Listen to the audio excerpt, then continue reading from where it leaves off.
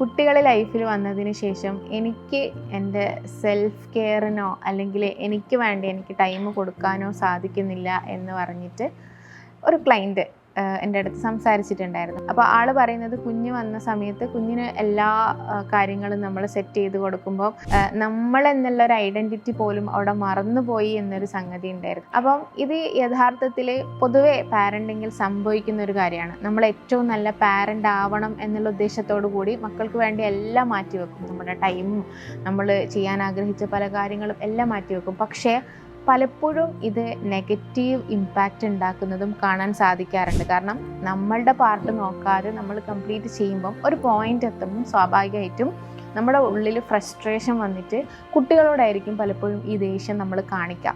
അപ്പം ഇവിടെ നമുക്ക് കുഞ്ഞിൻ്റെ അടുത്ത് ഏറ്റവും ബെസ്റ്റ് ആവാനും നമ്മുടെ കാര്യങ്ങൾ നോക്കാനും ഒക്കെ പറ്റുന്ന രീതിയിലേക്ക് മുന്നോട്ടേക്ക് പോകേണ്ട ആവശ്യമുണ്ട്. അപ്പം അതിന് ചെയ്യാൻ പറ്റുന്ന കാര്യം, ഞാൻ എപ്പോഴാണോ ഏറ്റവും ഹാപ്പി ആവുന്നത്, എനിക്ക് എപ്പോഴാണോ ഏറ്റവും ഹാപ്പി ആക്കി വെക്കാൻ പറ്റുന്നത്, അപ്പോൾ മാത്രമേ ഈവൻ അതെൻ്റെ കുഞ്ഞാണെങ്കിൽ പോലും എനിക്ക് ആ കുഞ്ഞിന് ഒരു ഹാപ്പി എനർജി അല്ലെങ്കിൽ ഒരു പോസിറ്റീവ് എനർജി കൊടുക്കാൻ പറ്റുള്ളൂ എന്നുള്ളത് നമ്മൾ റിയലൈസ് ചെയ്യുക.